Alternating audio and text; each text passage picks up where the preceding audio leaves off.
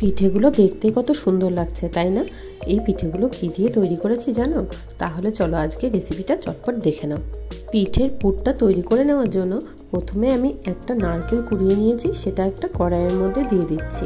তারপর দিয়ে দিচ্ছি পরিমাণ মতো চিনি ও নারকেল কোড়াটা খুব ভালো করে মিশিয়ে কিছুক্ষণ রেখে তারপর ওটাকে গ্যাসে আমি জাল দিতে বসিয়ে দেবো। আমি পুরটা বানানোর জন্য এখানে কিছুটা খোয়া ক্ষীরও ইউজ করব, তার জন্য কিন্তু চিনিটা একটু কম পরিমাণেই দিয়েছি।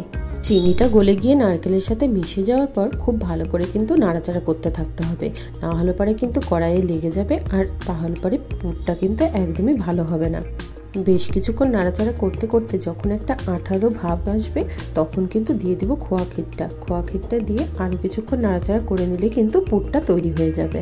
পুরটা তৈরি হয়ে গেলে আমি একটি বাটিতে নামিয়ে রেখে কিছুক্ষণের জন্য ঠান্ডা হতে দেবো। আর এবারই এত সুন্দর রঙিন পিঠের রহস্য তোমাদের দেখাতে চলছি। এই যে এই বিটটা আমি টুকরো করে কেটে নিয়ে আমি মিক্সিতে পেস্ট তৈরি করে নেব। পেস্টটা তৈরি করার পর সমস্ত পেস্টটাকে একটা ছাঁকনি দিয়ে ছেঁকে তার থেকে রসটা আমি সম্পূর্ণ বের করে নেব। সমস্ত রসটা বের করে নেওয়ার পর বিটের যে পেস্টের অংশটা রয়েছে সেটা কিন্তু তোমরা ফেলে না দিয়ে অন্য কোনোভাবেও কাজে লাগিয়ে নিতে পারো।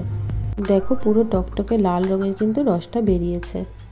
এবার একটি বড় বাটিতে বড় 2 কাপ আমি নিয়ে নিয়েছি চালের গুঁড়াটা ছেঁকে নেওয়ার পর আমি দিয়ে দিচ্ছি 1 কাপ ময়দাটাও আমি ছেঁকে নিয়েছি। তারপর দিয়ে দিচ্ছি হাফ কাপের মতো সুজি। সমস্ত উপকরণগুলোই আমি ছাঁকনি দিয়ে ছেঁকে নিচ্ছি। এবার আমি এতে দিয়ে দিচ্ছি একদম সামান্য পরিমাণে লবণ আর দিয়ে দিচ্ছি হাফ কাপের মতোই চিনি। এখানে তোমাদের পরিমাণ অনুযায়ী তোমরা যেরকম মিষ্টি পছন্দ করো সেই অনুযায়ী কিন্তু চিনিটা অ্যাড করবে। তারপর এখানে দিয়ে দিচ্ছি যেটা একদম রুম টেম্পারেচারে থাকে সেরকম দুধ। এবার সমস্ত জিনিসগুলোকে একটি হ্যান্ড ব্লেডারের সাহায্যে আমি একদিক দিয়ে ঘুরিয়ে কিন্তু সুন্দর করে পেস্টটা রেডি করে নিলাম।